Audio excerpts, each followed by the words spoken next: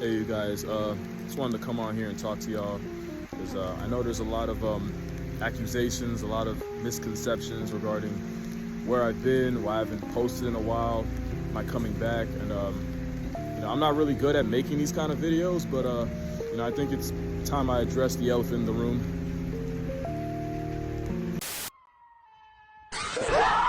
Ever since I was a baby, elephants were the animals that were my favorite, and this summer I became the favorite animal to an elephant's baby, and I learned that baby elephants are the most dangerous, reckless, logically bankrupt, whatever this is, threats to human welfare, and the cutest thing I've ever run away from. This is the face of a war criminal. So in case you were considering adopting this cankled crash out into your life, I traveled halfway around the world to beef with a baby elephant, so you don't have to. This is baby June. She's a 9-month-old wrecking ball on 4 legs with no regard for human rights. You see, June be wanting to play, and you got to tell her no, but she don't listen. And that's the problem. Baby elephants are too playful for Well, actually it is for their good. You'll notice that a lot of the smartest animals are also the most playful, and playing actually consolidates the skills you'll need later in life. It's actually been proven that the elephants that play the most as kids end up more well-adjusted and adaptable as adults. It's why you'll see these videos of elephants chasing around birds, chasing around dogs, and just wrestling each other. Problem: it's one thing for an elephant to roughhouse another elephant. Getting hawked down by a 900-pound toddler that doesn't know their own strength is a different heart attack. And do not tell me June didn't know what she was doing, because she kept trying to act cute in my face only to bum rush me from behind. Oh, and they're a car-sized St. Bernard. You run, they see that as a license to chase. Here you go again, Chun, stop it. Speaking of which, the other reason baby elephants are bad for your health. When baby elephants get excited, they make a lot of sounds. They're actually pretty noisy animals in general. Problem is, elephants are also some of the most overprotective mothers on earth, and hearing their baby make any noise sends them running. They literally warn you not to rile up June because she might think she's playing, whole time she just accidentally called a hit out on you. Keep in mind, elephants are pregnant for 2 months short of 2 years. That's a nearly 2-year internal investment, and you're grass if she thinks you're threatening it. To be fair, if you heard your child yell from across the house just to find a random man posted up next to your spawn, no amount of backpedaling will keep him in present tense. Doesn't change the fact that June raised my health insurance with a different kind of charge. Yeah, baby elephants can be remarkably bad for your health. To be fair, we're kind of a disaster for theirs. We took the biggest animal on land and made their land the smallest it's ever been, and believe me, as hard as you think uprooting a family of several thousand-pound plus-size lawnmowers is, it is harder. In fact, I challenge you, play this game. 10 minutes, you'll wonder how the elephants made it work, because this game gives you a small taste of what the elephants had to go through. Alright, hold on, let me do the... okay. Beast Lord: The New Land is an animal-themed strategy mobile game. Not only does it flex vivid level designs and graphics, not only do you get more than 500 different animals to add, it shows why elephants probably hate us, because this game gives you the same problem we gave them. Your previous home is now completely unlivable, so you, Beast Lord, have to find a new place to lead your pack. You even get a spirit guide in the form of a baby elephant, and I can't believe it took me actually playing to know that. Like, do y'all not know me? I should have led with that. And just like with wild elephants, you choose how you want to proceed, and you can play the role of collector, invader, or developer. Each has their own buffs and nerfs. Like, if you're just starting out, you're better off as a collector, since that means more resources early on. But when time comes to attack, your army will be slower, and you're probably getting steamrolled. And like some choose crime, and we'll get to that, you can opt for invader, living off pillaging, and you even heal faster in battle, so it's like plot armor. Except when you go grocery shopping, because resource gathering, that's where you get nerfed. And the same way elephants influence the world as a keystone species, you can too by choosing developer, influencing the very landscape of the game. But just like a matriarch leading the herd, every decision you make determines whether you prosper or perish.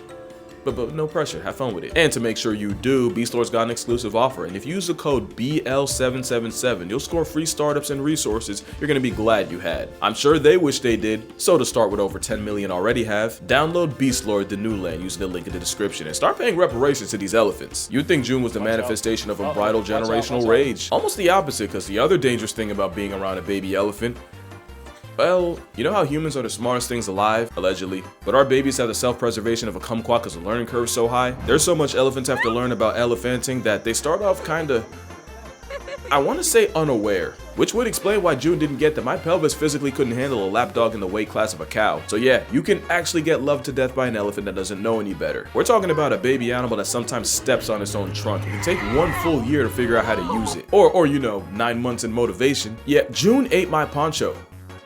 Like right off my chest. Now wearing green around animals that eat grass for a living, that was a decision. But that trunk's another reason a prepubescent pachyderm can be really bad for your house, because understand, nothing's out of reach. Also, there's power in that trunk. Her name June, but she easily could have had me feeling the Mayweather in September if she swung. And if you think she couldn't move you like a gust of wind, you lying. And I know I kind of implied they're dumb, but like, only in the ways that are inconvenient. They know to mess with tourists for a response, and they don't forget who gave them the best one, so June targeting me, That wasn't an accident. So yeah, baby elephants are much more of a life hazard than you ever could have imagined. Question is, why did I do that to myself? Well, if this video gets, I'm gonna say 150k likes, I'll go to an elephant sanctuary somewhere and record it. 150k likes, 150k likes, 150.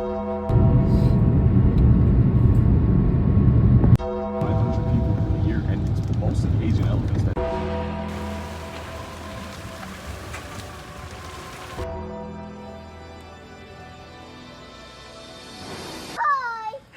They know the routine by now.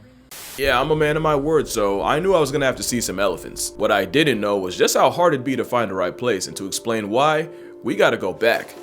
The relationship between Asian elephants and people is wildly toxic, and it starts with people destroying their habitats and taking over their ancestral avenues. But you remember what I said about that learning curve? Yeah, they wasn't going for that. As arguably the smartest thing alive that's not us, the elephants just adapted, and then you had families of elephants raiding crop fields at night or even breaking into houses to steal rice. And that's all it takes. Cause on one side, you got farmers trying to defend their livelihood from a 4-ton marauding raccoon, and on the other side, elephants are just trying to live a life that people have made that much harder. It's a vicious cycle, with elephants often getting injured or even killed by farmers protecting their stock, while hundreds of people get flatlined by those same elephants each year. And you already know, if an elephant murks a person, it's likely getting put on a shirt in retaliation. But it's also proven that kind of activity causes genuine PTSD in the survivors, making them that much more trigger happy. An unpopular opinion, I never liked how y'all made fun of this woman. Like, yeah, she could have done the elephant dirty and gotten got. That elephant also could have been a hurricane on 4 legs that was finna life retire the first person she ran into, and Maya Murmu got cheated out the game of life. Now add elephants getting exploited for things like logging companies, and you realize that somewhere an elephant with internet made this and wanted problems. Logging was especially nasty since the Ellies would be separated from their families, abused,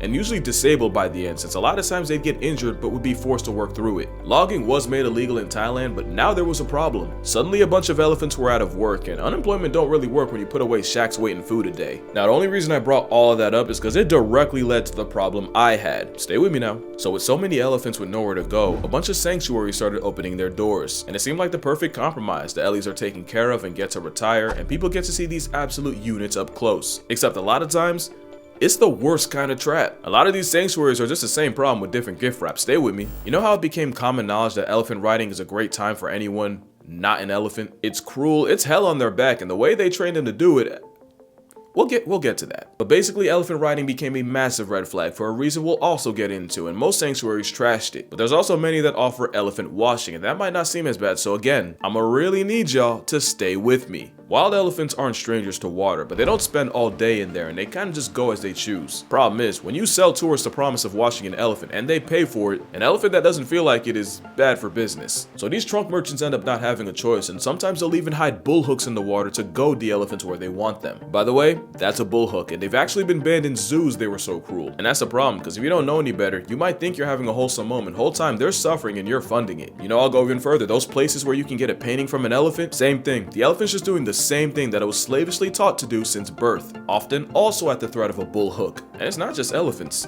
You might remember that era of people taking pictures with tigers and putting them on Tinder. Hopefully that's the closest they ever got to pull. Often the tigers are declawed, defanged, and higher than Shaggy, they're drugged beyond belief. Basically, if you have a whole wild animal, one with a known human body count, just sitting there like a trained dog, yeah, you know something ain't right. And these traps are literally everywhere, and they're really easy to fall for. I remember how much I wanted to see one of those otter cafes in Japan, until I found out how utterly egregious that would be. So now you see my problem. If I don't go to a sanctuary, then I'm the guy that lied to millions of people. If I do go but promote the wrong one, at that point I might as well just nuke my channel. But then I thought, I shouldn't worry about going to a good elephant sanctuary. I should go to the elephant sanctuary. And on that note, introducing...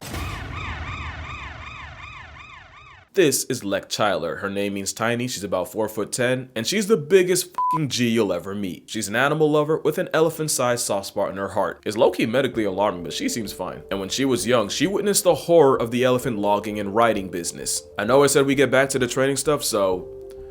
yeah, cause out of all the things I've talked about, this might unironically be the most disturbing. You ever wonder how a highly intelligent animal known to get people PTSD takes so much grief from something 40 times lighter? Unfortunately, it's called the crush, and it involves isolating a baby elephant, tying it to a box, and beating it. For 24 hours, bull hooks, nails, chains, all of it. Why? Well, you remember how I said the mothers are overprotective? Well, elephants are also the biggest mama's boys in nature, and this brutal brainwashing means their love for their mother now gets overshadowed by their new fear of man. And if it doesn't work in the first 24, then they just go back for another 24 hours. and then another, and then another, until eventually the baby's too traumatized to even look at its mother. It's called the crush, because they literally crushed their spirit. You look them in the eyes, there's nothing left. I'm not showing videos because 1, YouTube seems to hate talking about animal abuse more than they hate the abuse itself, and 2, I don't know if you've ever heard an elephant scream for its mother, but mama, sorry for my language, that shit will fuck you up. That's the part of riding an elephant you don't see, and I'ma just say it. I rode an elephant as a kid. That memory will forever be tainted. Yeah, Lex saw that and that was her villain origin story, or at least part of it. Cause she obviously tried to spread the word, but not only was elephant trekking a huge business in Thailand, it was a business her own family was in. So that villain story just went Joker. But didn't I tell you Tiny is a G? She wasn't going for it, and she kept applying pressure, and while she did make noise, she'd be doubly disowned by the government and her own family. Well, not all of them, because the elephants would be her family, and in 1995, Lek Chyler would found the Elephant Nature Park near Chiang Mai, Thailand, which has since rescued over 200 elephants, where not a single bullhook's used and a trunk tyler has no reason to fear people, which gave me every reason to fear June. That girl legitimately terrorized me, and the worst part is I'll let her do it again, no questions asked. You know they put elephants first when you got baby June out here wilding. So yeah, after hearing about it, reading about it, and even watching a movie about it, I knew exactly where I was going. And after 20 hours, a couple layovers, and a drive up a mountain, my nerves did not appreciate. Oh Lord, he coming! Nice. First thing they did when we got there was hand me a bucket of watermelon, which I thought was a sick joke until I realized it wasn't for me. Now, if you've been paying attention, you might have a question. Casual, what's the difference between feeding an elephant and washing or riding one? I'm so glad you asked. The whole point is these problem sanctuaries have elephants doing things they wouldn't be doing in the wild. Yeah, elephants spend 20 hours a day eating. You'd have to really commit to overfeed one. It's also good because the mahouts raising them can motivate them with food. No hooks required. And that's what makes EMP so great, because even though it's Thailand, everything runs on EST. Elephant Standard Time. Like, you pay to be around elephants, but they decide what you do and how long you do it. For example, where they dropped us off and where we went to go meet the rest of the herd was about a 20-30 minute walk in theory. Yeah, it took 2 hours, because EST means if an elephant pulls over and says it's snack time, then it's snack time. No discussion. And if you get caught in the rain because an elephant decides to do skincare, then that's what it is. If you mad, meditate on it. Oh, speaking of the others, it wasn't just June. I also met this young lady, Gampang, and when I say young, I'm talking 51 trips around the sun. And here you got Nungpup. She's 44 with plenty of room for more. Also, you don't just play with pachyderms all day. You actually go through a day in the life of a volunteer here. Like learning how to make an elephant's favorite snack, rice balls with bananas, tamarinds, and maize. And you can't tell, but I was strongly considering taking one for myself. Oh, the smell. I just know it was bussin'. I also got to meet the resident angsty teenage male, and yeah, everything I have joked about June goes doubly dead serious for Buddy. The males get solitary confinement, and before you feel bad, it's for a very good reason. Anyway, you get to see elephants in their natural and even learn stuff along the way. Elephants are walking instruments. You wouldn't believe the kind of sounds that come out of them. I also never realized how much I needed elephant ASMR. The other thing is, elephants make a lot of noise. Except when they don't want to. When elephants go incognito, they don't make a sound, and since they're technically always tiptoeing, you really might not hear them coming. If you're trying to set a record for weight loss, there'd be times I'd turn away for half a second and 6,000 pounds of mass would just be missing. It was actually kind of freaky. Another thing, elephants can smell numbers. They have the best noses on earth, and experiments show they can actually smell what sealed bucket has the most sunflower seeds without looking. But it also means when they give you a sack of bananas to feed them, they know exactly how much you got on you. You will not be convincing them otherwise. I really tried to pull a fast one. Shorty said, yeah, you not doing that. Run it. Also, wait, where's the rest of you? Oh, yep, there they are. Elephants are way better climbers than I thought. Like, I don't know how they got up there.